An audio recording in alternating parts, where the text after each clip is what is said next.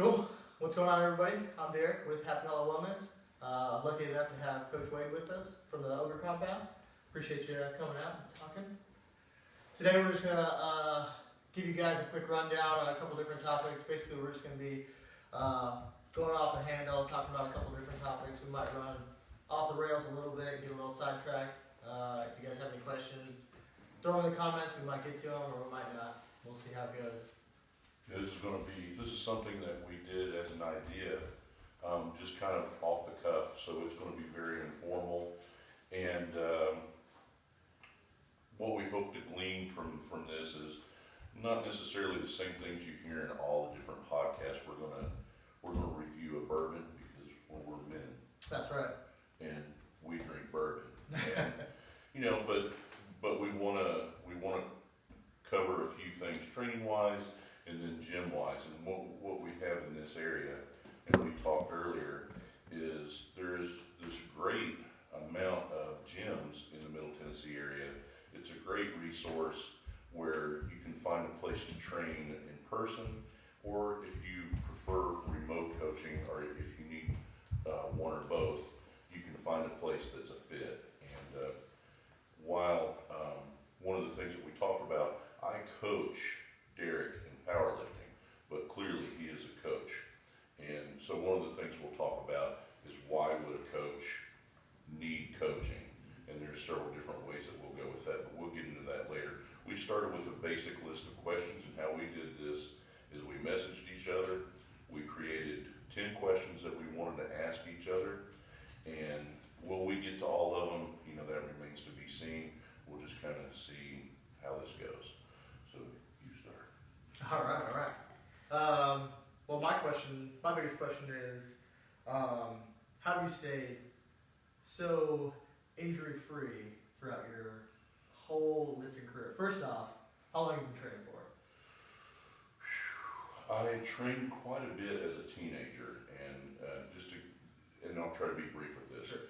In my youth, before I was even a teenager, strength, bodybuilding, those types of things were on TV. And as I became a teenager, powerlifting was on TV. And so I knew of people like Bill Kazmaier and Larry Pacifico. I saw them early on TV. I saw Bill Kazmaier on TV when he bench pressed 300 kilos in a t-shirt. And, and those are the things, and I was just mesmerized by that. Right. Even as a kid, my dad was a big man. And a lot of people will tell you that I look just like my father, and I'm actually a little bit bigger than he was, but I'm not small. But the size and strength, I was just enamored with it. So I had been training as a teenager into my early adulthood. I lifted weights, primarily bodybuilding, but I was also a musician. So I went out on the road probably at about 19 years old and spent the better part of my adult life, doing music. I would work out, but it would be sparingly, and I would even run a little bit, if you can imagine. So it was later on in life,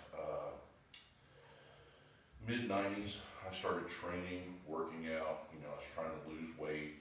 You're a musician, and I had hair in my ass, and you want to be lithe, and long and lean like all your counterparts. I'm 6'2", and at the time I got down, for about 5 minutes, I weighed like 235.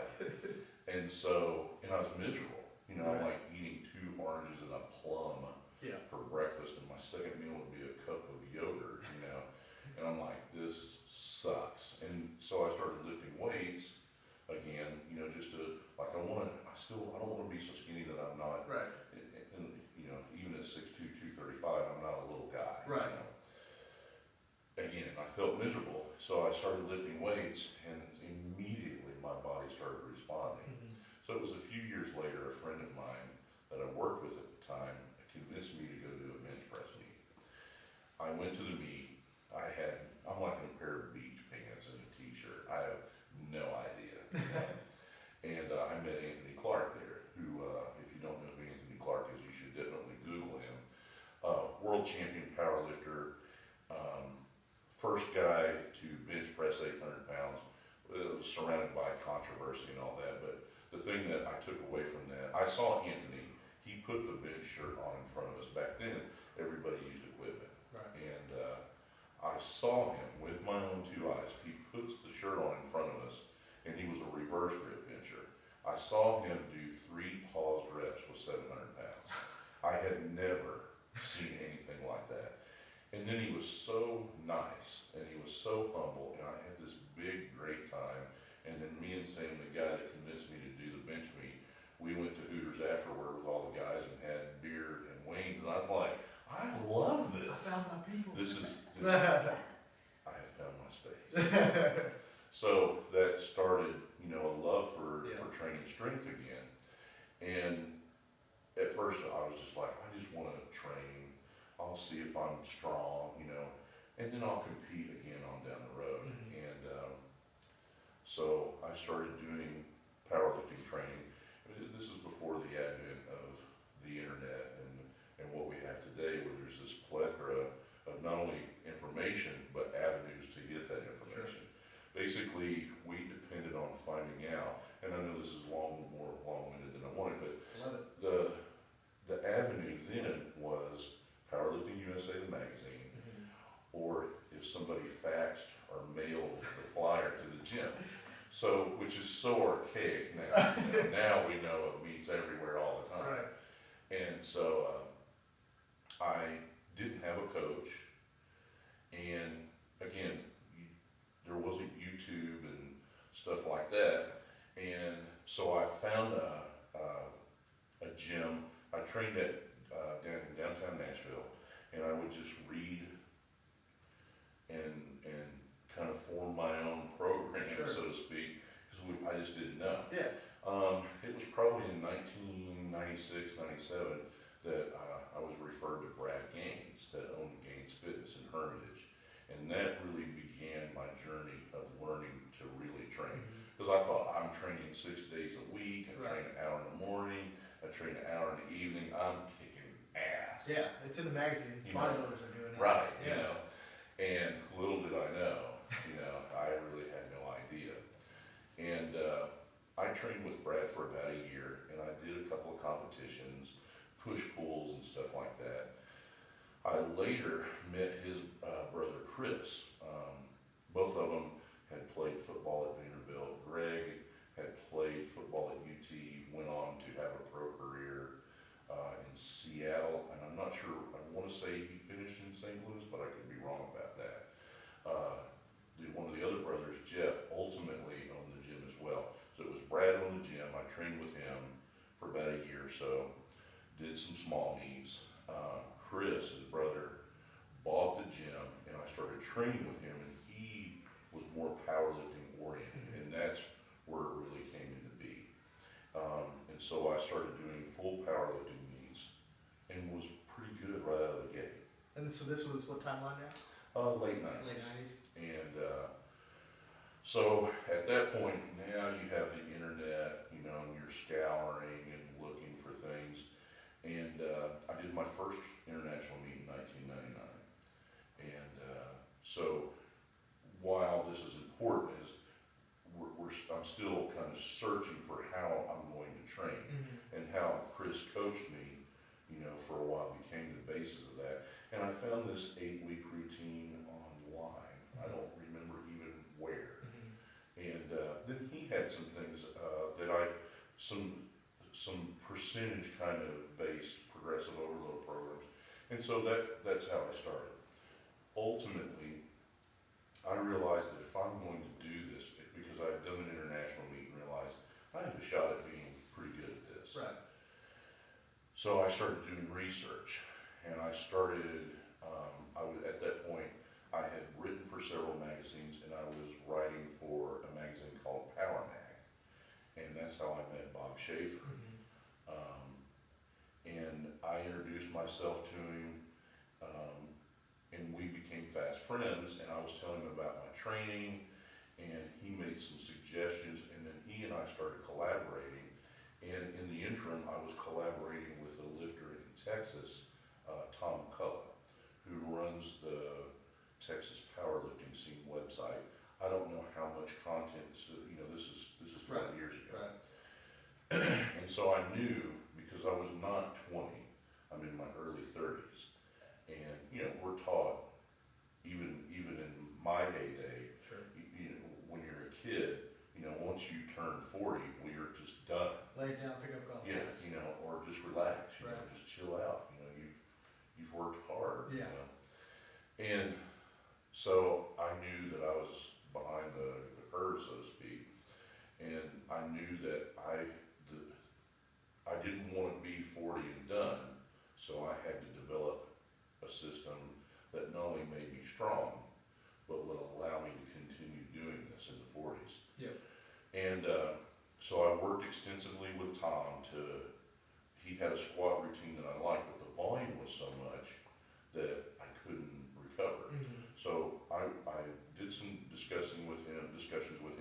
I cut basically his volume in half, and then I added the assistants to do what I needed it to do. So the long story short is we finally developed a way, because I'm in my early 30s when I really start becoming not a power lifter, but a competitive power Right. lifter. And so I think the way that I trained is really what has kept me. It's diminished The the negative possibilities. aspects. It doesn't mean that, you know, I'm never injured, Sure. but I've not had to have surgery or where I had to be out of the gym.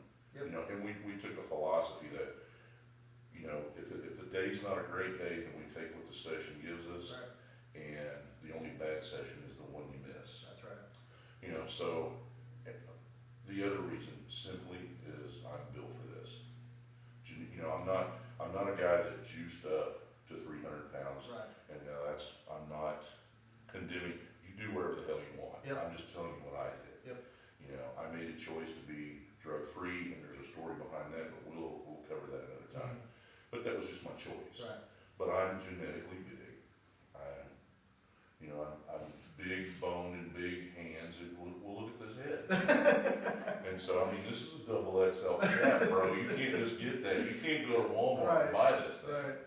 And so, I think that attributes to it. I think the way that I put my size on, it wasn't one of those things where, like, I'm going to drink a gallon of milk a day Yeah. and take some drugs and eat 7,500 calories a day, and in 2 years, you know, put on 70 pounds. I really went about it methodically and used natural supplements and basically was eating all the time.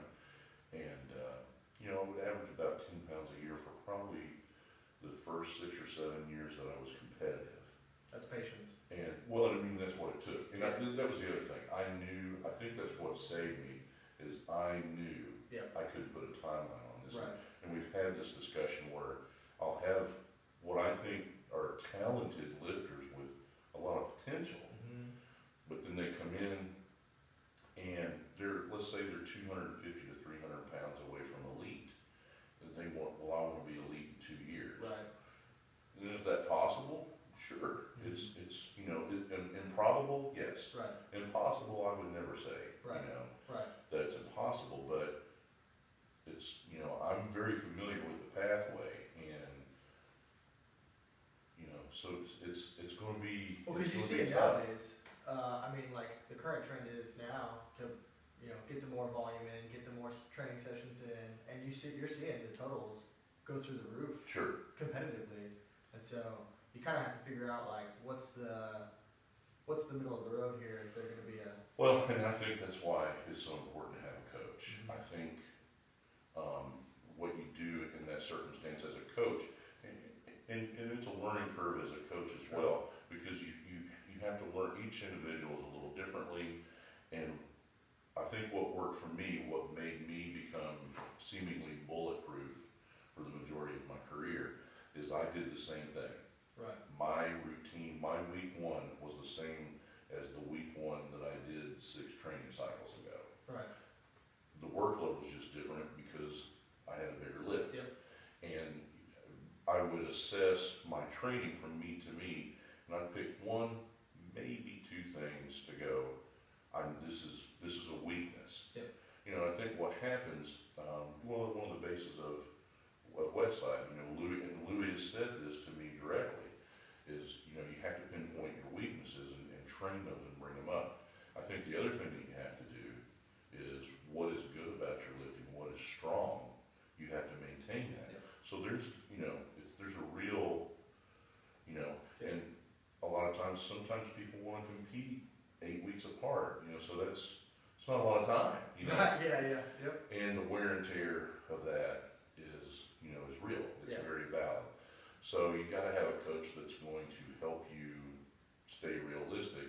But let's be honest, what we do is not very realistic. Right. So it's that constant, you know, push pull, you know, where you want to be positive, but you have to go, hey, we got to be prudent, Mm-hmm. you know, and be smart. And I think what you're seeing now, it speaks to what you were talking about. We're seeing this movement in strength sports, period, not just powerlifting. Sure. Just Yep. between, and probably that's due to CrossFit. I think whether you like CrossFit, you know, whether you don't, Doing great you things know, for the sport. there's no question. Yep. It's brought, as CrossFit has evolved, it's brought in more and more aspects of powerlifting, of strongman, and of Olympic lifting, and things of that nature. I think it was this year, Melissa, didn't they have like a bench press in the I think CrossFit so. Games? Well, I know. I mean, they're consistently raising their qualifying totals. So Right. even just to get into the game, Right. you got to get stronger. Right. And I coached Kristen Raffet for a while before she got involved with Mayhem. CrossFit Mayhem, and what's the guy? And Rich Ronnie. First running. Rich Fromm, you know. And again, you know, a lot of people don't realize that guy's just down. Just there. down the road, You yep. get on 40 Right. and then he's down there, Yep. you know. And so, anyway, great athlete. Yeah. I mean, Kristen is like run, swim, Yeah. a good Olympic lifter, and just an amazing athlete. Big old motor. But she just, where she would struggle is the strength aspect. Sure. And so I worked with her for quite a while, and that's again, as we're, you know, going all over the place here, that speaks to one of the things, like the conversation we're having, is you're seeing people now where, especially as a CrossFitter, where they've got an Olympic coach, they have, you know, they even work on tumbling and Oh, yeah. gymnastics and stuff like that, and you would never think that, you know, that even the average strength athlete, you're like, you know, why would they even do that? But you're seeing Oh, why yeah. now. Oh, yeah. And for me, doing multiple sports, and I'm just trying to draw all this in, Yeah. where, you know, what the whole basis of what we're doing here and talking is, when we Olympic lifted, in 2015, we did a bunch of Olympic lifting contests, probably 2014 for Melissa, through 15 into 16, and me primarily 2015. We trained under Osman Manzanares, who owns Nashville Weightlifting, and Osman has competed in the Olympics.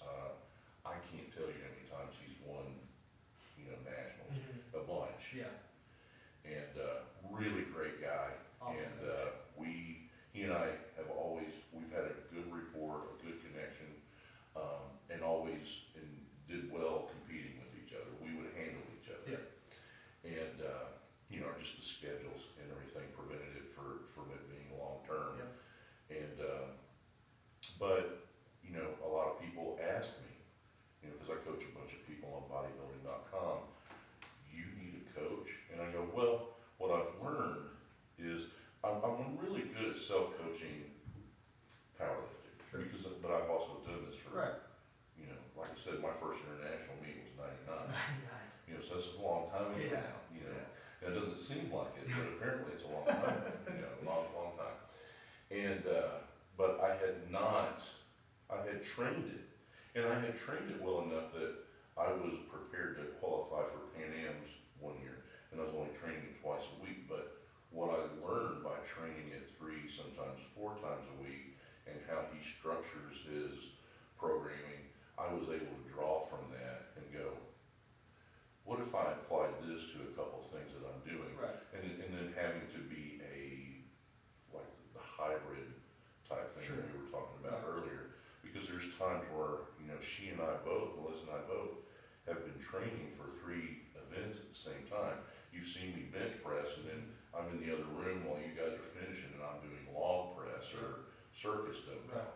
You know, then on Wednesday, you know, well, like with your program, we have you snatching on Wednesday and clean and jerking on Saturday. Yeah. So I think drawing from those things, and I have no idea what we were originally talking about, but drawing from those things, from those sports, and the advent of CrossFit, that's where we're at, is that's what has also made me a better, not only a better athlete, it's made me a better coach, because I have more resources.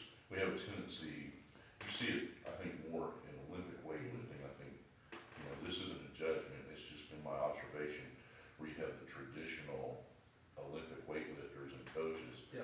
You know, there was the big stink when Louis released his book about Olympic weightlifting. Right. And I will tell you this, Louis is my friend. I am not a West Side guy, so to speak, Right. but a few things. Just again, because this is really about coaching and what we do with each other. To deny his influence, not only in powerlifting, but in strength in general, is foolish. Yep. It's really asinine. Yep. And to dismiss him because he's not producing Olympic weightlifters at Westside Right. is false. Yeah. I mean, I saw a video where Alex Macklin, you know, I want to say Alex was formerly with Hook Grip. I don't know. I don't know all the cool kids. Sure. Well enough. You know, Marco 'cause- and those guys travel in a lot of different circles. Right. But you know, Alex has been around, and Alex has trained at Nashville weightlifting, and Barbell shredded, I think, or barbell physio, one of those. anyway, Alex is well known. Right. And Louis videoed him training at his place, pulling and cleaning against bands. You know, we're like, you know, people are, oh, what's, you know, well, did it work? Yes or no? Right. Well, I watched it work with Right. Alex. I saw it happen. Yeah. Not over a period of many weeks in this controlled video footage. No, it happened during the session. Right. Travis Mash, before Louis ever released the book, the first time I'd ever seen an Olympic lifter use bands was Travis. Right. Well, and I go back with Travis when he left Olympic weightlifting. He's in North Carolina, and I would see him at meets, and then I've helped him like pull on briefs, and so when at the WPO in the early WPO days. I mean, this was a guy that broke Ed Cohen's total record Right. at 42. Yep. And who is a very, very good Olympic weightlifter, not to mention has a very successful, you know, gym and coaching and all this other stuff, and, you know, uses the conjugate approach.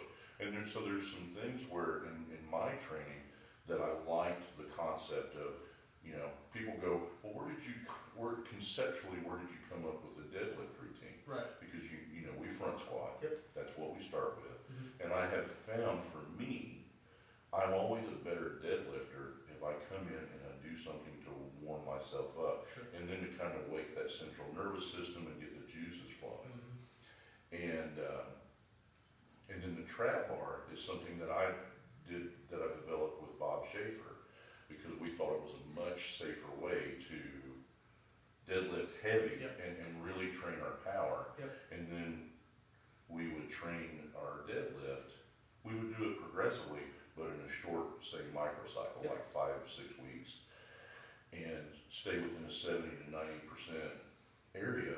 You know, so we weren't deadlifting too heavy, but we were front squatting heavy, and we were trap bar deadlifting heavy. And they go, and the question is, well, how does that match up with anything conjugate at all?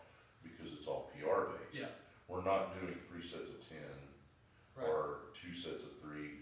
We're doing a single. Yep. You have a PR that day. Then the next week you do a triple. Yep. And then the typical rotation, because we typically, like with you, I'm doing the 5-week microcycle, and then we have a deload day if we need it, and then we test if we need to, and so, but it's basically a 6-week program. Right. We do the same thing with the trap bar, where you have a single raise, a triple raise, then we flip it and we go flat. Yeah. Like with Melissa, one of the things that we did is then we started adding different bars. So she would have, let's see, we had 3 bars. We had a straight bar. Yep. She would do a 4-week rotation where it was a single, a triple, single paused, triple paused, and we went to the safety squat bar because again, it's just a slight variation and the stimulus is still different. We're activating, we're still doing a front squat, Sure. but it's recruiting from different areas, which I think makes you stronger. Oh yeah. And so we'd go through that 4-week rotation. Then we did it with a camber bar. Yep. So again, it's one of those things where the conjugate sets up. Now I'm way oversimplifying, but you basically have, like for Melissa, there's a 12-week period where each week she's trying to set a PR. The movement is front squat, Right. but it's all a variance. Yep. Yep. Which again is a big basis of what conjugate is all about. Yep. I'm not a West Side guy, but right there's the principle. Right. And Right. so to dismiss Louis is preposterous. Right. And Louis, we were at West Side. Louis goes, "Hey, come here." So he gets up from his chair, through his warehouse, back to the store. There's people everywhere. He grabs the book and walks out. We walk back up front. He signs it and he hands it to me. That's cool. And so there's a lot of information in there that I think what people do is we get, and I've been guilty of this, is we become closed-minded. Sure. Oh yeah. As a power lifter, we were like, CrossFit. Those punk asses, Right. punk ass bitches. And then you start seeing these guys. One of the guys we knew in Cincinnati, Sam Dancer, Oh, yeah. he got deadlift 600 pounds. Yep. I mean, there's And no this isn't a guy that's a 300 pounder and Right. deadlifted 600 pounds. Sam's 220. I don't know if he's that big. Right. I just don't know. Right. Right. But then he's in there running and doing cartwheels and backflips Yep. and all that other crazy stuff. But that foundation of strength, There's no question. it just translates to every single sport. I would say that's probably the biggest thing that's helped you translate to all your other strengths. And I would agree with that. I was thinking today before I came, because I've been very fortunate to be successful in 3 strength sports at a pretty high level. Yeah. And the foundation truly of all that has been the powerlifting. Right. And in the way that we train. I think how we set up our assistants has been something that's been a trademark for us that has helped us stay healthy. Like the assistants, as an example, one of the things that I do is once I have a lifter long enough in our decline protocol, Yeah.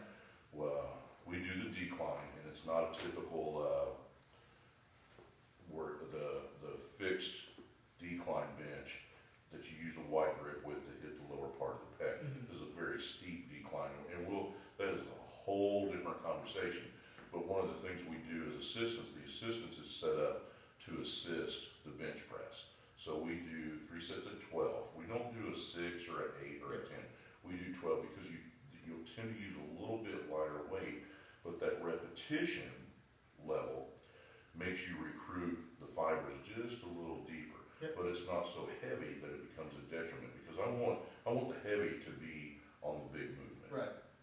And so what we found, and there's some science and testing that has been involved with this that Bob was involved in, is we found that with that 36 reps, Yep.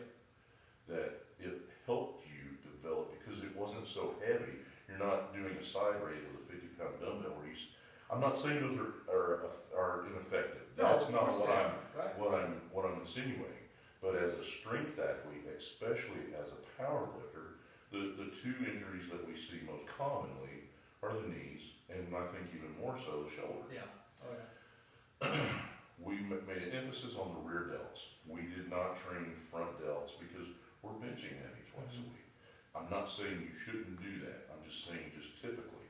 One of the things that I added, once the lifter, on paper, I think you've seen this for yourself, when you see the training, you go, that's really not that much volume, it'll be just fine. Right. And then you get in and you're like, holy shit, this is a lot of work, And so one of the things I would do a 4-week period where once the lifter was advanced enough with our protocol, we would add side raises. And the variance would be, we wouldn't hyperextend the joint, but we would be locked out, start from the side, parallel Yep. with a little bit of a pinky height, Yep. so like you're gonna core just a little bit. Just to accentuate that rear. And what it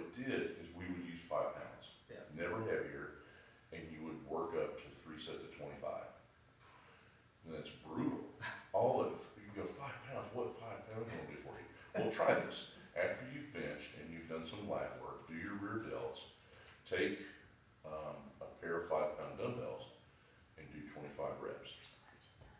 Ah, So, and do 3 sets with it.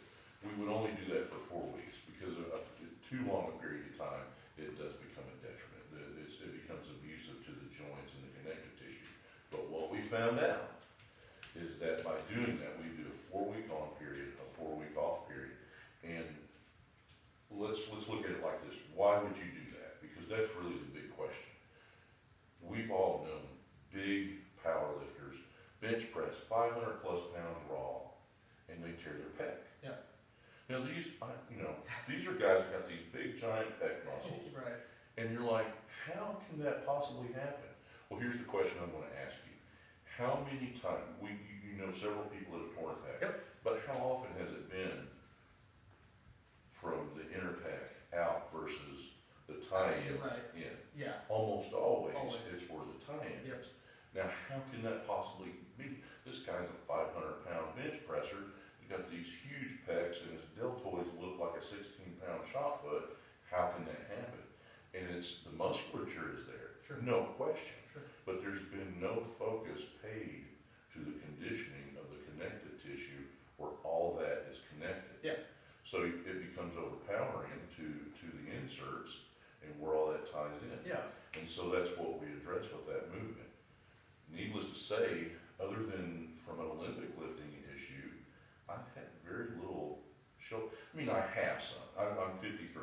You don't escape it. Sure. Yeah. But you've also seen me do some pretty Yeah. silly things. Well, and you have where it's no. like- Yeah. I mean, your strongman stuff is incredible. So I think you can attribute it, Yeah. and that speaks to the type of powerlifting training that not only is it the foundation of all the strength training that I do, because regardless of what kind of athlete, even my baseline clients, we squat. Yeah. You know, and they do shoulder movements and they bench press and they use the close grip decline. A lot of my pressing conditioning for strongmen I did with the close grip decline. I would just lessen the weight and do higher reps because sometimes I'm doing things heavy for 60 seconds. You know, so again, the backbone of all of my training for all 3 events is still primarily my powerlifting. Yeah.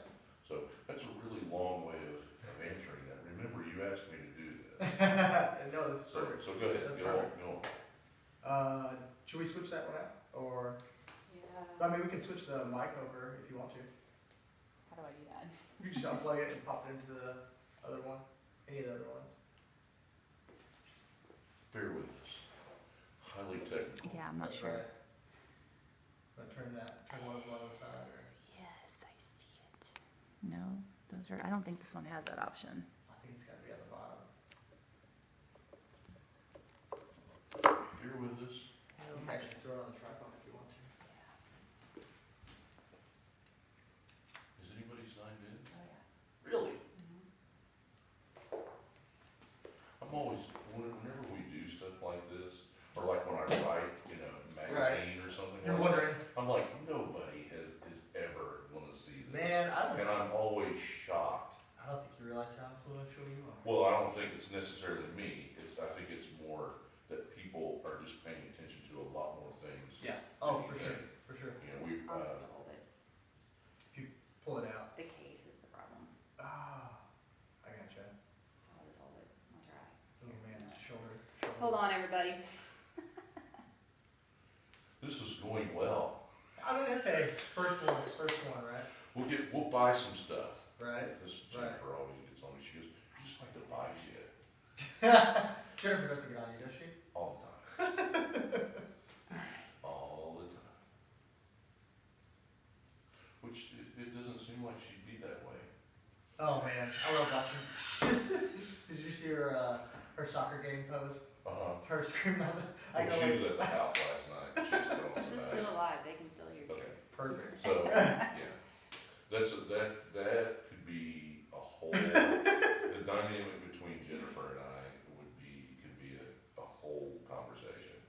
So, but we'll get into that. Well, so how how do you think all of your training, which is what I would say, I mean, do you have a college education in sports science or sports? No. So how do you compare those two those fields together? So like you have this abundance of experience in the sport. I mean, you're talking about training in the 90s, being on the international level in the late 90s, and then you're a master's athlete in multiple strength sports now, but you don't have any of this like academic research background. How do you meld those two, or what are some faults that you see in the academic realm that they're leaving out due to the experience or lack thereof? I wouldn't call it a fault. I would look at it,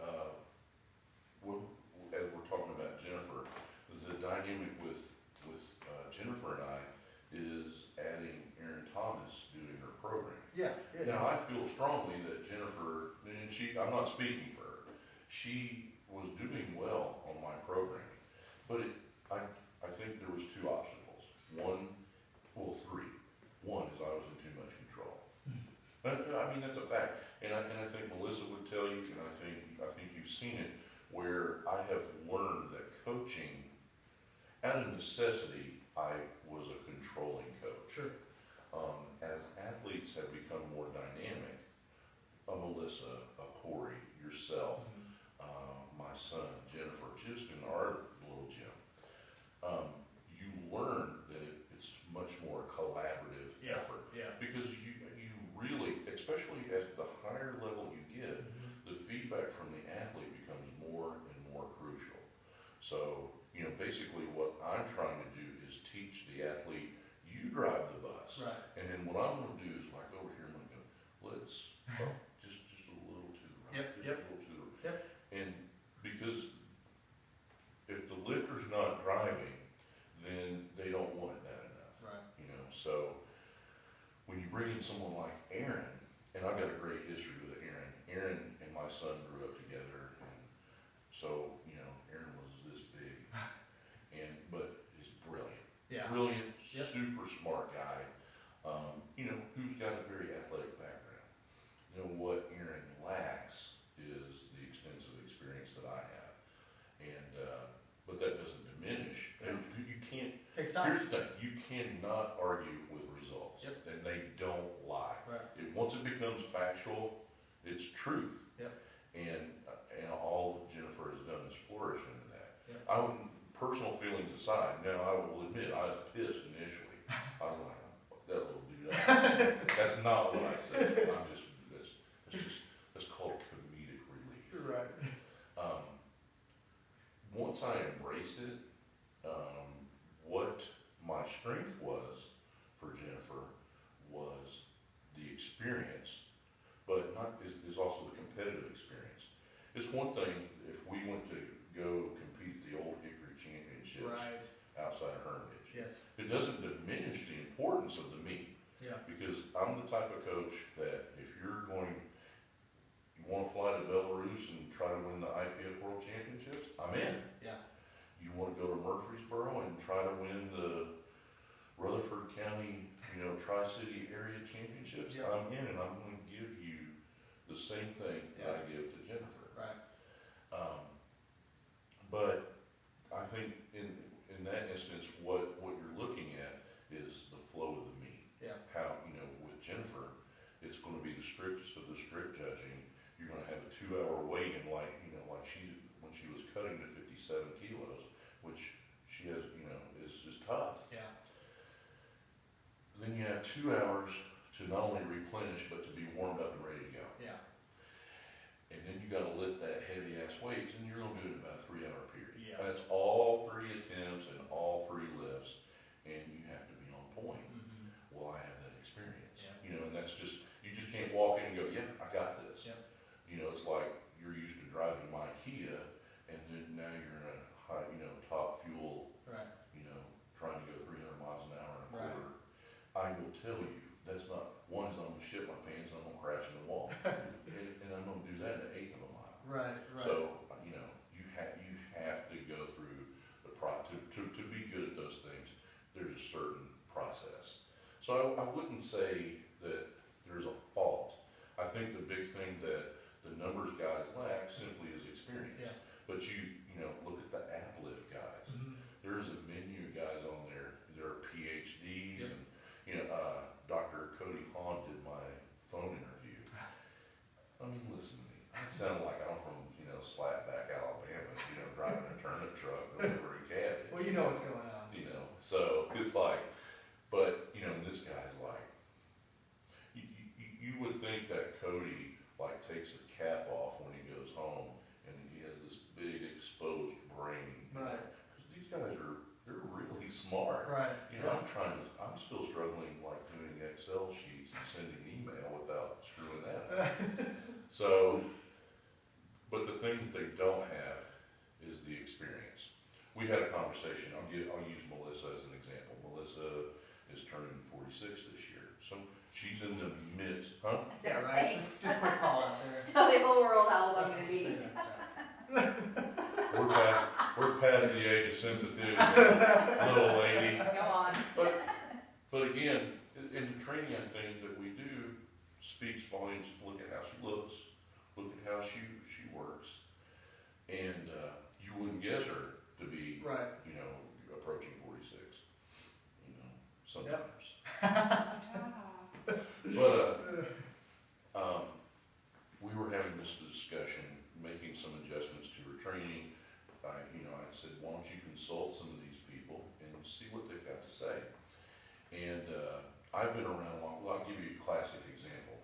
We now, as a sport and just as a society in general, we like to talk in absolutes. Mm-hmm. Sure. You must, because it's raw powerlifting, squat, low bar.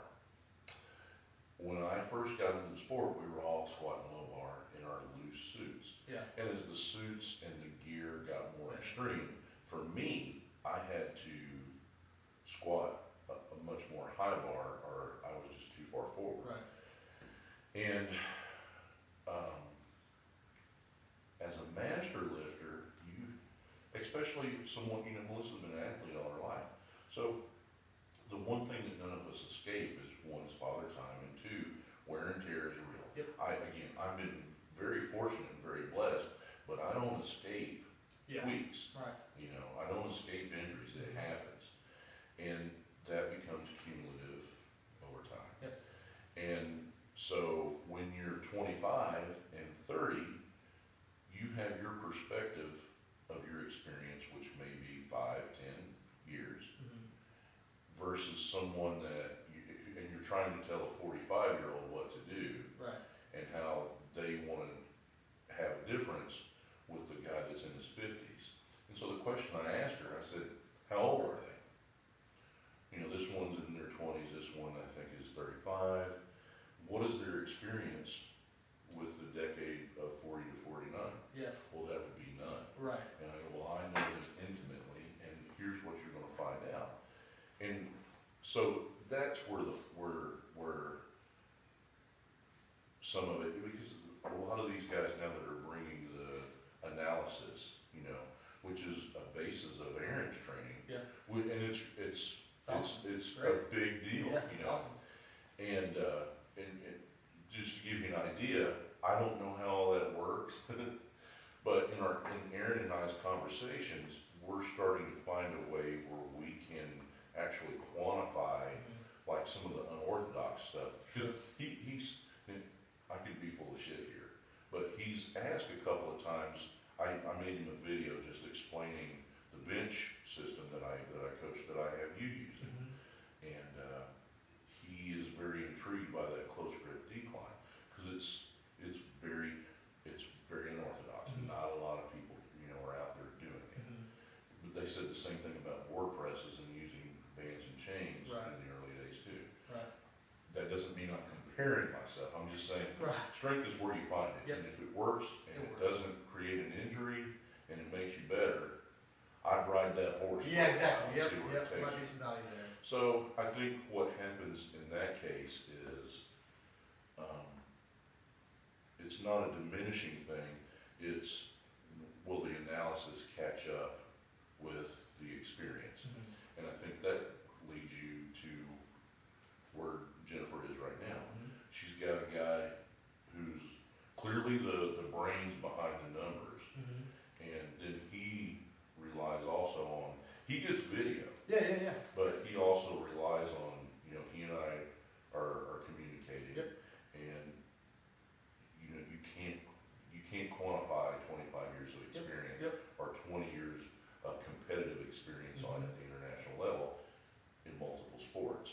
And so, which one is better? I think it just depends on the situation. Yeah. And the advantage is that we get to work together, and hopefully, with my experience with like the Uplift guys, Mhm.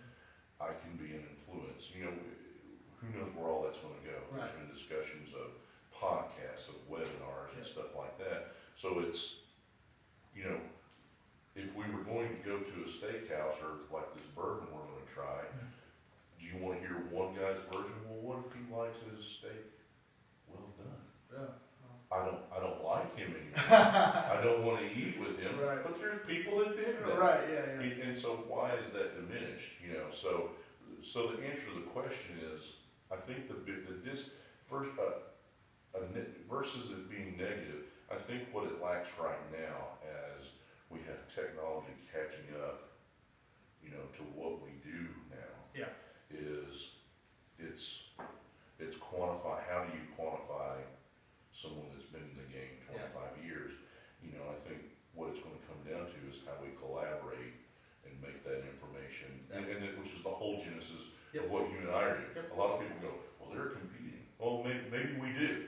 Sure. In Right, some right. aspects. Yeah. You know, maybe, but again, what it comes down to, you know, I think we're both blessed to be busy enough that we don't get to train together Right. as much as we'd like Right. to. I think in this case, what you're looking for is, one, is just plain geography. Mhm. You know, it's a healthy drive out here Mhm. from where I'm at. But for the people that are in close proximity, well, the smart money would be for them to come here just based on geography alone. Right. Then you have to find a fit. Yep.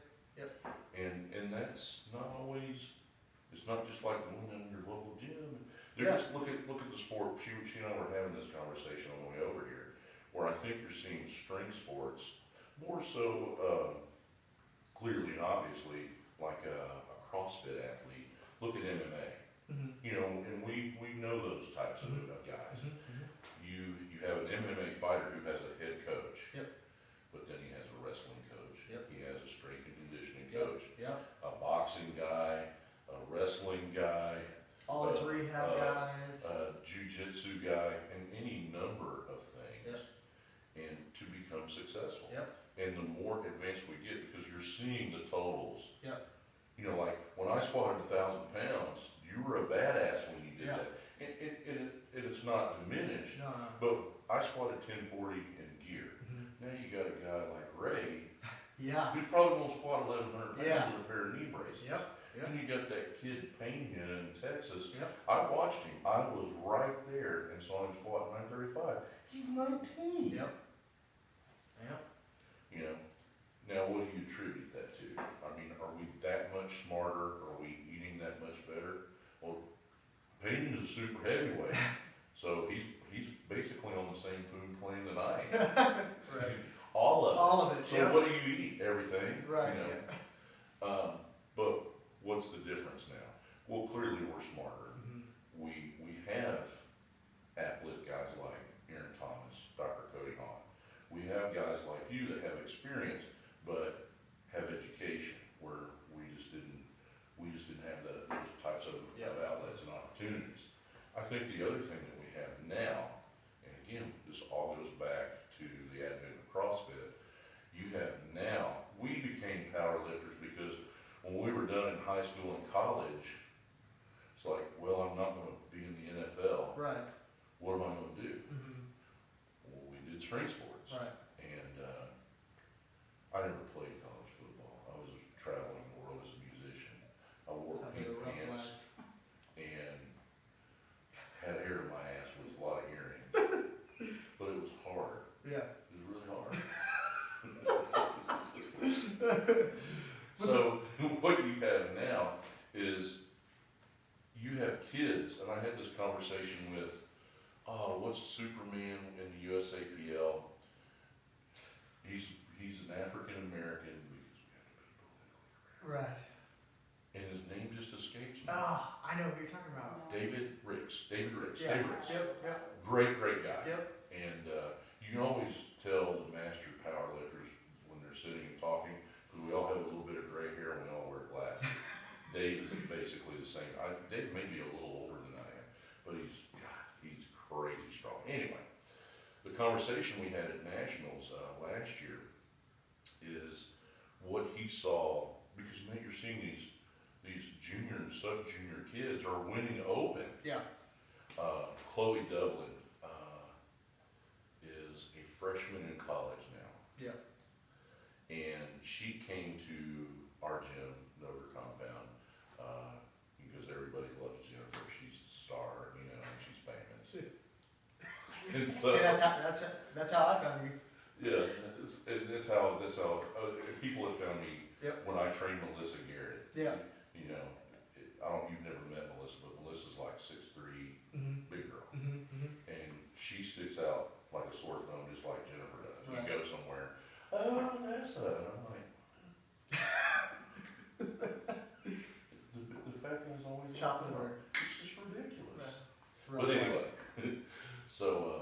anyway, the conversation with Dave and I, in talking about Chloe as an example, she was lifting, and she came to our gym, and you're like, this is what because you're at the age now where you don't feel all the aches and pains, but there's hints.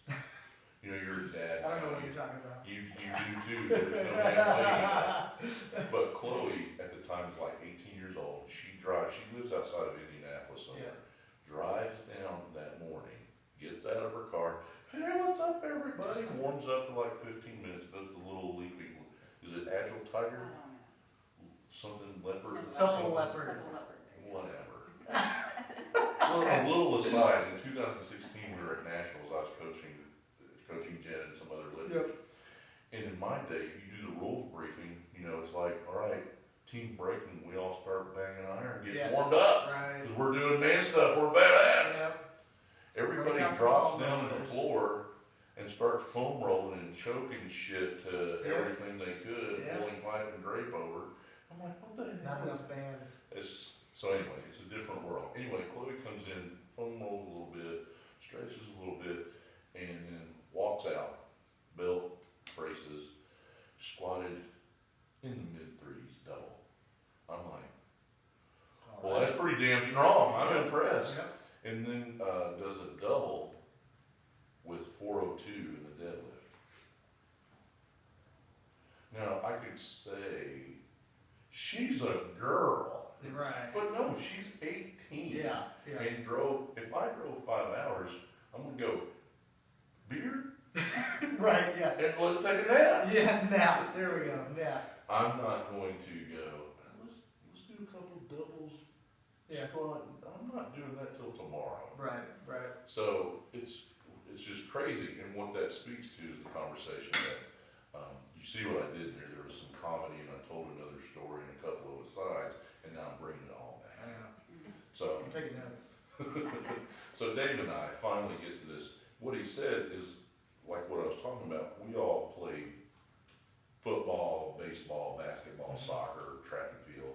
And then when our competitive days at school, or even if you were lucky enough to be a pro athlete, were done, we tend to need that competitive outlet. Right. We need to be doing something. Yep.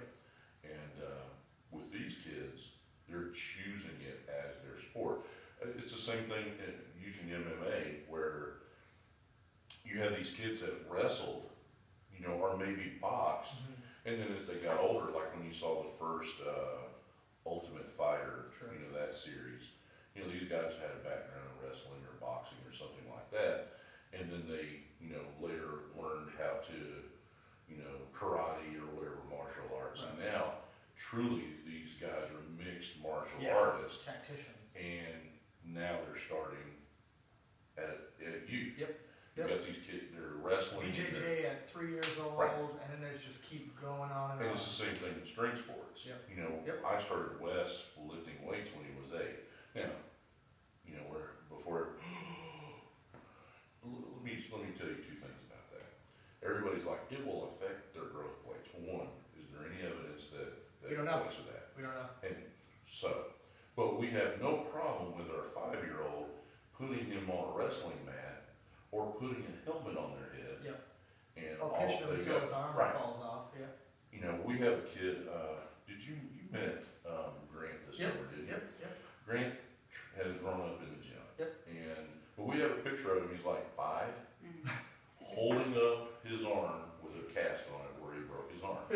Now, I'm not condemning anybody, I'm just saying, we have no qualms with that. Yeah. But we're worried about the kids lifting Sure. weights, like, I didn't say be reckless and go, well, you know, this big kid won't lift 400 pounds. See, Right. Or grind them out Teach in 'em. a linear Let's- for. Let's just teach him some basic movements and steep that in form. Where do you think these great, one, why do you think the United States gets their ass kicked in Olympic weightlifting? Because those kids in Europe and Asia, they grow up doing almost all the power lifters that I came up in the sport with, that I met that are from Europe and Asia, they were Olympic lifters first. And that's how they tested their athletes, was certain things. Could they stand against the wall, raise their hands up and squat down? Mm-hmm. And I had a coach tell me, that's how I picked my athletes. I knew they could become Olympic lifters. How old were they? 5, 6, 7 years old. Sure. Yeah. You know, you'd have 4 or 5 that would fall down, or you'd have the fat kid that couldn't, Right. that was like, it just wasn't gonna happen. Not, yeah. You know, Yeah. but that's how he selected his athletes. Yeah. So, what you see now is these kids have become, our training is better. We have people like Atlift. We have people that, like me, that are still in the game, people like you, who are have experience and are very impassioned, and now we're combining Yeah. the technology and the education into that. The other reason is, the reason why you're seeing a junior now do things that we couldn't even conceive with the open classes. Oh yeah. Whether you're using Yep. drugs or not, is they're becoming proficient athletes, and it's the sport that they're selecting right from the ground level. Right. They're not playing football, or they're not playing soccer, or they're not playing, they're not doing gymnastics and dance. They're becoming power lifters. Yep. And now there's not only is there just this plethora of competition, but like with Chloe, with Joseph Pena, I believe that's his name. Mm-hmm. They're going to college in Texas. I don't remember the name. Mm-hmm. They offer a scholarship. You know, for years and years, Wade Hooper was at Louisiana Tech. They had the powerlifting team. Texas A&M has a powerlifting team, but it wasn't school sponsored. Right. It wasn't. It was a club. Huh? It's Club. But, yeah, well, Yeah. a little sidebar here, a little fun fact. In the 90s, Vanderbilt had a powerlifting club. I was the coach. Oh dang. Yeah. So I had all these kids. I have a kid now. Well, he's not a kid. He's a grown Kid ass you. adult. He was a student, and when he was a student, I coached him, and he trained with us even after everybody graduated. He stayed in the area. Then he moved off, moved back. He's now a professor at Vanderbilt. And so it's one of those cool things. Like, they gave me a shirt of all the meets that they did in the 90s with all the names of the lifters and stuff like that. So, club. Right? So anyway, that's a little side note for That's you. cool. So, but what you didn't have in those days is probably the only thing the college would do was like the Vanderbilt kids. They had a club so they could raise money, and there would be monies that if they had money allocated to buy gym equipment, then they could fill out paperwork and go, we need a power rack. Right. And at Magoogan, somewhere in the regular student gym, that's how the power rack got into Vanderbilt's gym, Right, was the right. powerlifting club. Right. But now they're offering scholarships. Yeah. That's going to be a game changer. Chris Aiden. And it's friend gonna of- expand. Chris Aiden, TSA coach, friend of mine.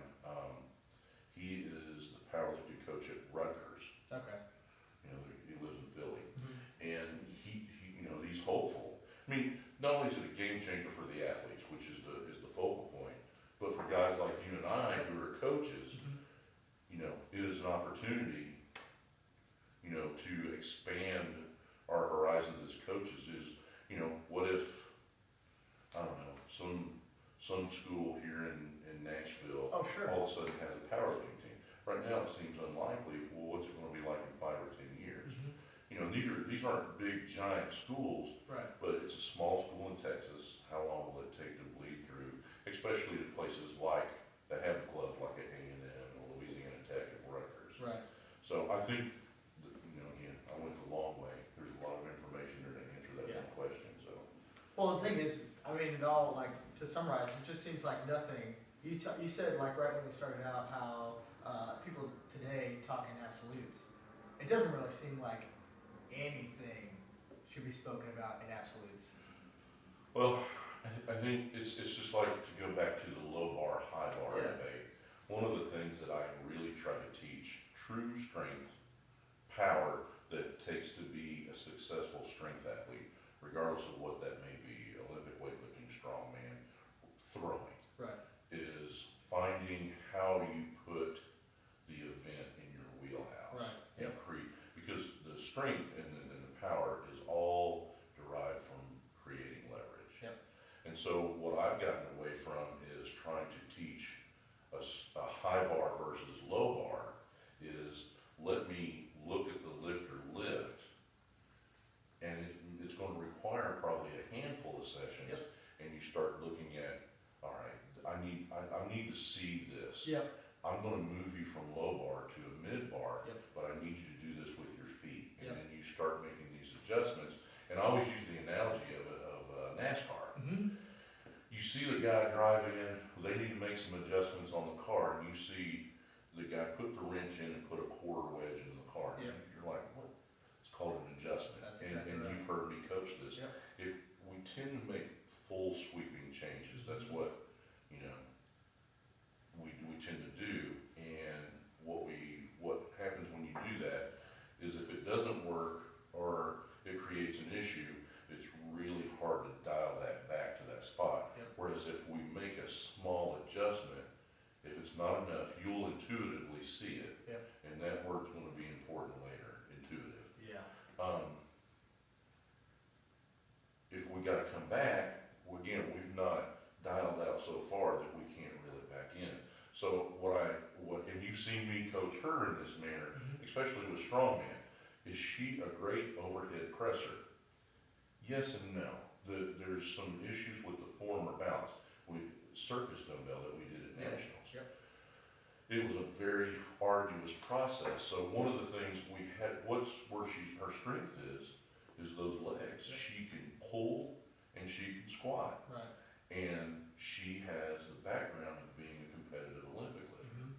So we had to approach it not as a strongman athlete that's doing circus dumbbell. Right. We approached it as someone that is a power lifter with an Olympic lifting background. How do we make that dumbbell move? Yep. Because like me, I'm great with a push press, Right. and I'm not nearly as great with a power jerk. It's not good for me, Mm-hmm. but it's great for her. Right. So the push press part, because of the balance, you got this enormous piece of steel with a 2-inch handle. Yeah. It's awkward. Mm-hmm. So what did we do? We learned we would jerk the weight. Yep. And have her get as deep as she could to get it locked out, because there's nothing that she's going to put overhead, whether it's a circus dumbbell, a kettlebell, or a barbell, that if her elbow is locked, She ain't squatting it up. she's going to squat it up. Yep. Yep. So the secret is not to turn her into a strongman. The secret is to find how do we put that event in her, how do we take what is strong and put that event into her wheelhouse. Right.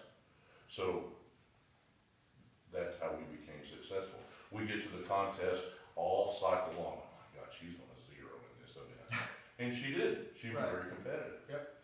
So, Well, wouldn't you say that's the biggest advantage to having some outside perspective, to having? well, that's vital, I think. And again, that's why I think what you're going to see going forward in a lot of these sports, even something that it seems like is so singular as powerlifting, you're going to start, people have, not all people have the coach that does everything. Yep.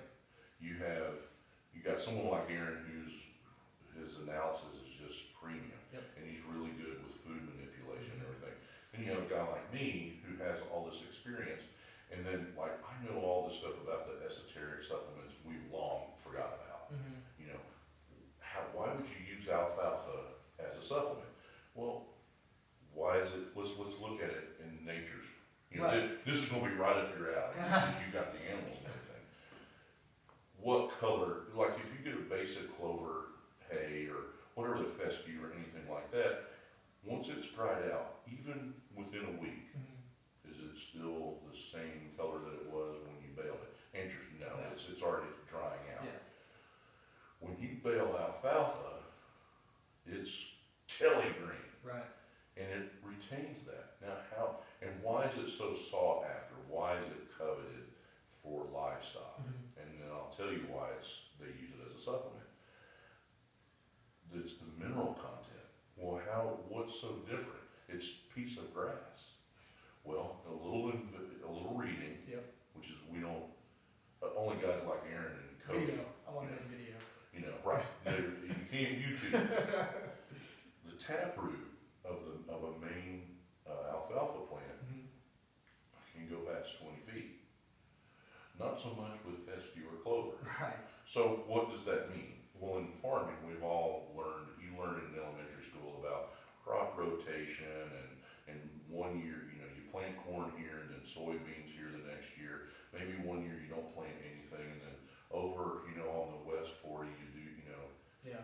Right. But where that overcomes it, and why would you do that? Well, because of the soil and Sure. so it replenishes minerals. Not leaching too much Blah, on blah, mineral, but yeah. Well, what that alfalfa plant does is that taproot can go past 20 feet, Yeah. and it's gonna pull, it's got a mineral source that other Unlike any plants. others, yeah. Exactly. Yeah.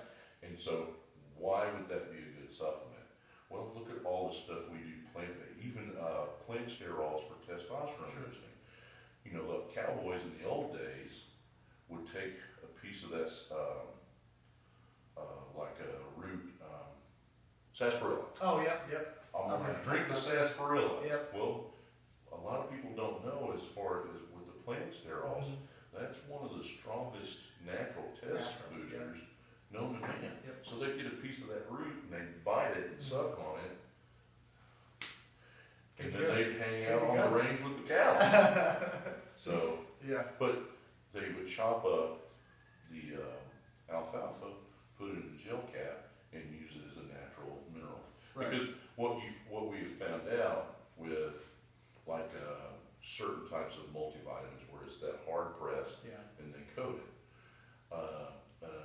A chemical engineer friend of mine worked for a processing plant, and one of the things that they processed, if you see what's the outhouse thing that they drop off at construction sites, that's called a porta potty. All of that's not just randomly dumped somewhere in a porta potty pit somewhere. Right. That has to be taken to a plant Mhm. and it's processed because there are a lot of chemicals that's left in there. And he said one of the things that they found is that when they would go through the processing of that, he goes, every time we dumped one, there'd be 50 to 100 multivitamins whole, undigested. I understand, I had people argue with me, they show on TV that you drop it in a glass of water and it dissolves.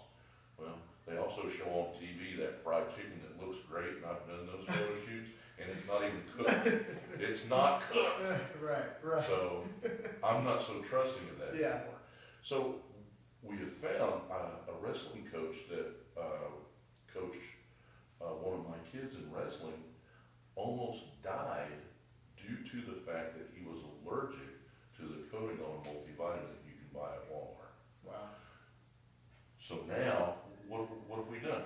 Instead of taking drugs or, you know, doing androstenedione in a supplement, Mhm. we have found ways, you know, zinc. Yep. Well, so that's the kind of experience that I Yep. bring, and Yep. that's why I went all over. Those are the types of things where you've got guys that have all this, they have experience Mhm. and they have education, but when we didn't have the internet 20 and 25 years ago, and you didn't have, we have more money. Even though we don't have millions of dollars, money is a little more accessible Yeah. than it was 20, Yeah. 25 Right. years ago. Yep. So there would be no way in hell you'd spend $100 on supplements and money Mhm. back then. And so you had to find cheap ways. Right. And we've learned through medicine, like some of the, we have an elderly German Shepherd, and one of the supplements that she gets is a joint supplement. Mhm. Well, what we found out is that the ingredients were better in the joint supplement that she and I take. Mhm. And to the point that I started selling the supplement to one of the local veterinarian clinics. Yep. You know, you just snip it and squeeze it over their food and You're joint doing it. supplement. Yep. You know, so those are the things, you know, to tie all that in. right way to do things, but you have to learn. Everything has to be learned about the lifter. Yeah. You can have a basic template, which I have. You know, that's the thing I'm working on right now with Right. Aplift. Yep.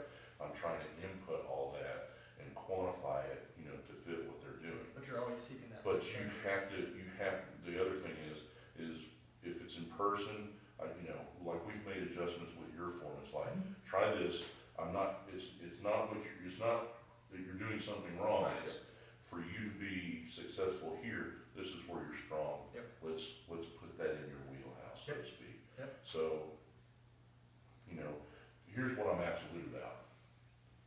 If you're gonna be successful, it's not the program that's gonna do it, it's gonna be the lifter's consistency. That's right. It's gonna be their commitment. Yep. And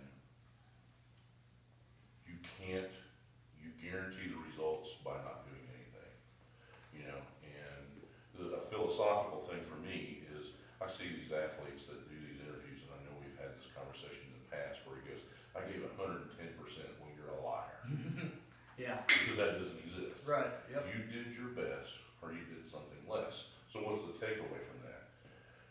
It's ridiculous for someone to think during a 12 to 16 week cycle that, because we like to have I've done several videos of this, and I've done it on the boards at the gym. We have point A that's in the lower left-hand corner, Yep. and point B is in the top right-hand Yep. corner, and that progress is supposed to be linear and go straight line. Yep. Well, that doesn't occur in nature, and it does not exist. Right. And so you have to learn with the ebb and flow. You know, I tell people all the time, everybody's coachable when it's flowing, Right. and everything's easy. Yep. Champions are built when things ebb and you Yep. still show up. I'm only 80% today. Well, why don't you give me 100% of that then? Yep. Yep. And we'll take what the What session we gives us Yep. and know that we guarantee the results if we don't train. That's right. That's right. Anyway. I think that's good. Should we wrap it up? Well, real quick, so Well, you tell everybody where they can find you. well, we'll get to that.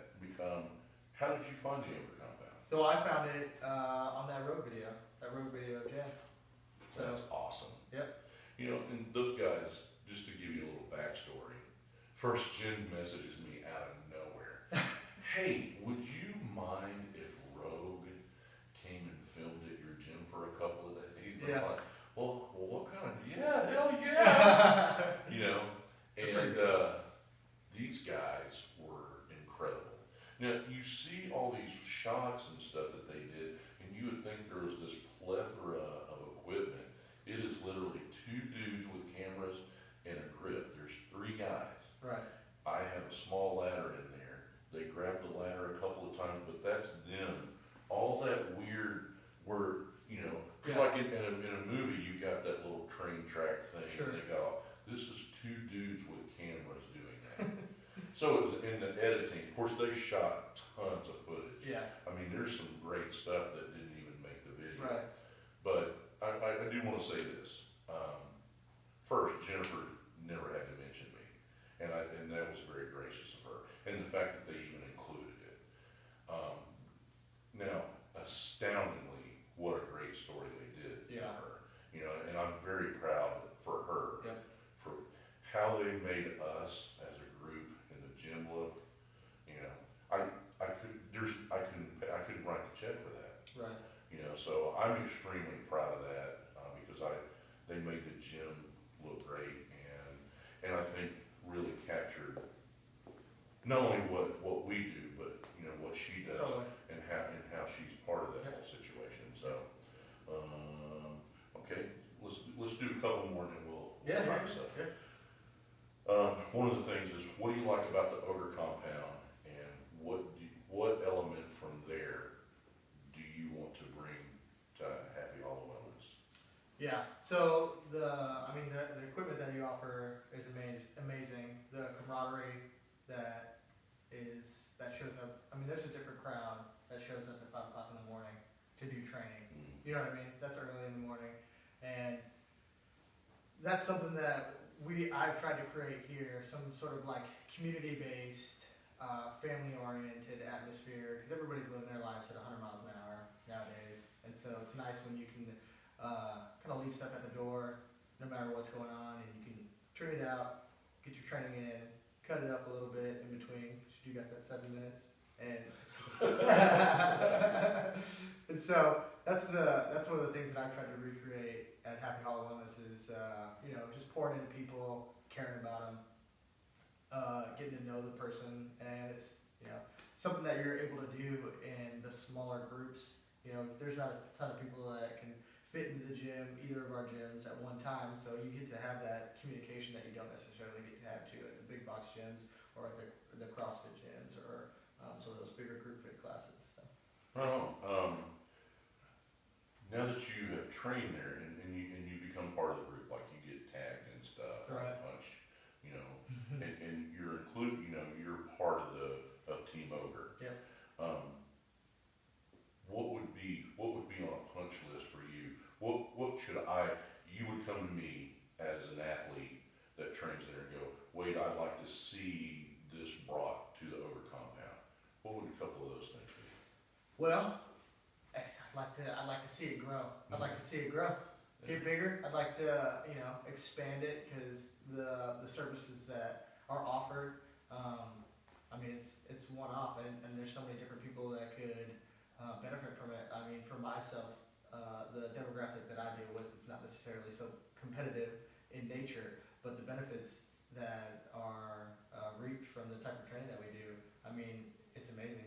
Extending people's lifespans or independent lifespans, so people are just getting to stay at home, being functional in a squat and stuff like that. So, and then having the resource that you provide, having the experience and being able to bounce all that stuff off of you is just amazing. So the big things that I would like to see with the gym is to get bigger and then bring out as much content, pour all that stuff out that's in between your ears out to the world.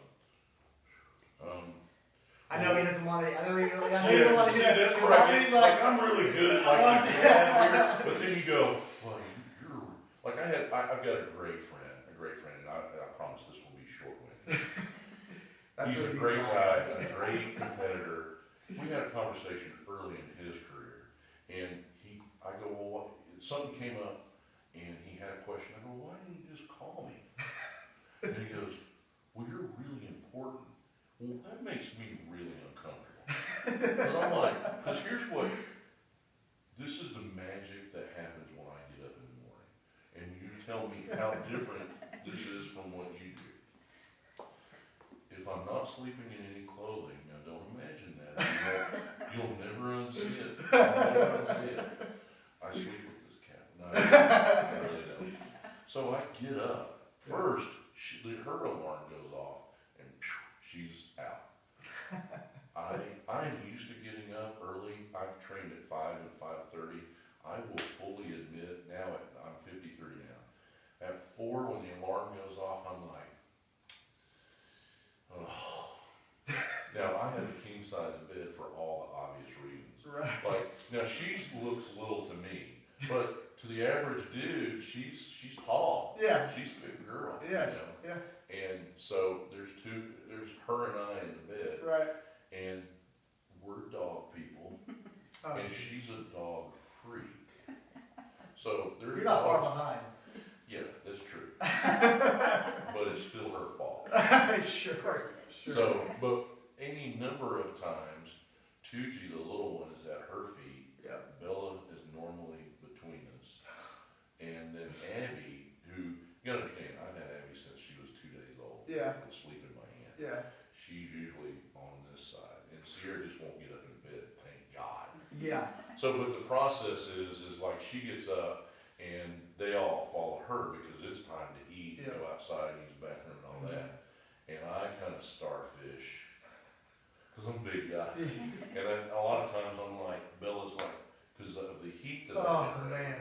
Bella's here and Abby's here and Sierra's like, Yeah. Dad. Anyway, I get up and I go to the bathroom. It's clockwork. That's crazy. And then I put my clothes on. I check videos because I've got some clients that live in Europe. Sure. And because we train so early, a lot of times 9 o'clock we're both asleep. Yeah. If you're sending video to me, it's going to be the next morning. Yeah.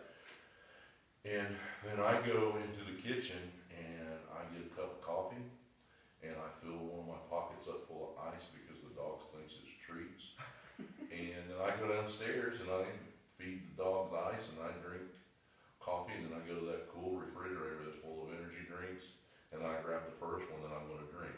So what you're finding is it's like that important guy is doing the same damn thing that you do every day. And I try and I explain to him, because I'm ready, like what you said, like the website you guys were all part of. I still have trouble talking. You can see I have trouble talking about it, let alone it not evoking an emotional response. I'm very uncomfortable with that. You know, like Jennifer most of the time is just really we're just abrasive as hell to each other. No way. Now, don't ever mistake that. I adore Jennifer. Right. I love her family. They were over last night. Taylor Ann was in a sleepover, but Leo's there, and he's like, well, you got a nickname of your own. Oh yeah. And those types of kids respond in any other situation, you know, where a stranger would meet me from 15 on, they're like, I'm not even talking, I don't even, they give calming signals like a dog. Your son, he's initially a little nervous. Yeah, He's like, but then. oh, let's play. Yep. You know, Yeah. and Leo's the same, like, Jennifer managed an ice cream store, and they had a truck. And he goes, what's your name? And he's standing on the steering column. Yep. It's wait, he goes, yeah, I remember you now, catch me, and he's airborne. So you gotta, Yeah. they're this big, Yep. and here I am over 6 feet tall, over 300 pounds, and basically look like Shrek in real life. I'm just white instead of green, and they're unafraid. The whole, so we have this great relationship together. Sometimes Jennifer back in, but she'll say things to me from time to time. Like she made a post on Instagram to have a coach that looks at the lights like you do, and you can tell I can't even talk about it. Oh man, that's amazing. So anyway, I'm still getting comfortable with the whole because we were getting lectured last night. Not Jennifer, but Corey and Davey. Corey being the catalyst of doing this thing. And She then killed it Davey- too. Oh, I was just, Amazing I'm looking job. at this going, Yeah. Oh. So it's one of those things where it's like, it's something that we've got to do, and we'll go, we're gonna close it with this, the word intuitive. Yeah. Because I think the two things in the last 5 years where it's made me a much better athlete and a coach that now, like I'm all of a sudden this overnight success, after 25 years.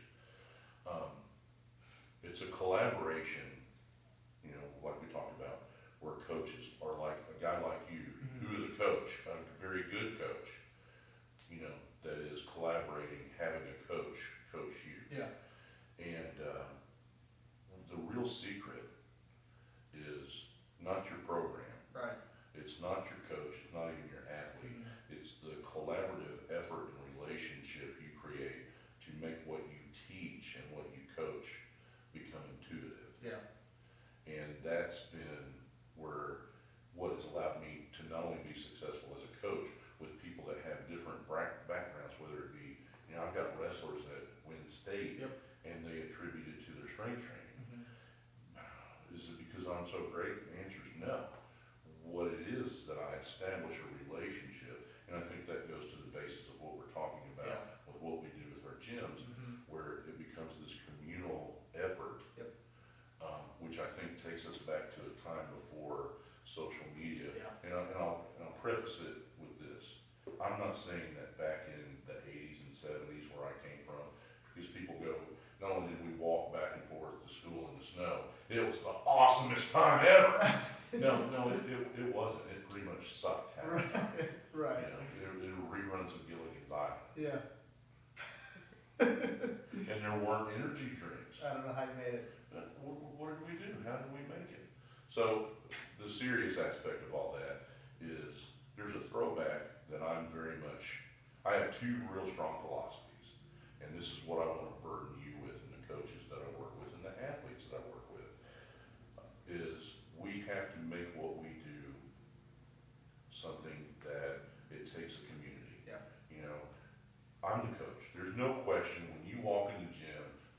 the alpha. Well, that's easy to find. Yep.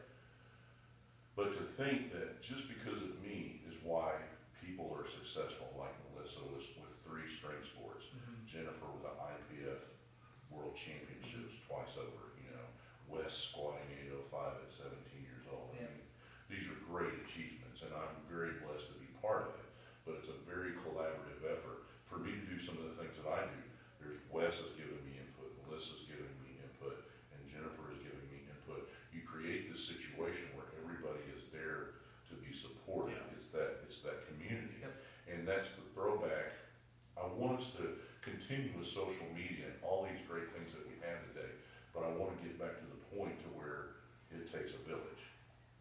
And then we got to wind it up. You My said. battery's about to run out. Okay. It's So an hour and a we half. got to tie this up. That's So we're going to have a drink of bourbon. And we'll come back with a review of it another time. But my last thing, the philosophy that I have is if the last time you leave my doors for whatever reason, and all I did was make you stronger, then I failed you as a coach. Right. Yep. So I agree with that 100%. That's something that I want to teach all my athletes as well. Is that it's just bigger than strength training. I mean, it's life skills. right, what the things that you learn to become better as a strength athlete, that skill set will transfer to everything that you do. Yep. So, all right. You want to give your plugs real quick? Ogre Compound is in Mount Juliet, Tennessee. You can find us on Instagram, _ogre_compound. The website is theogrecompound.com. You can find, if you have questions, teamogre@outlook.com. Look for me on AppLift if you are looking for a coach and want remote training. And you can find the sources to reach me if you want to train or come check out the Ogre Compound. You can find that on the website, and we'll have more information up there for you. And plug your Happy Hollow Wellness. We're in Goodlettsville, Tennessee, and you can find us on Instagram, happy_hollow_wellness. Facebook, Happy Hollow Wellness, and you can email us at happyhollowwellness@gmail.com. all right.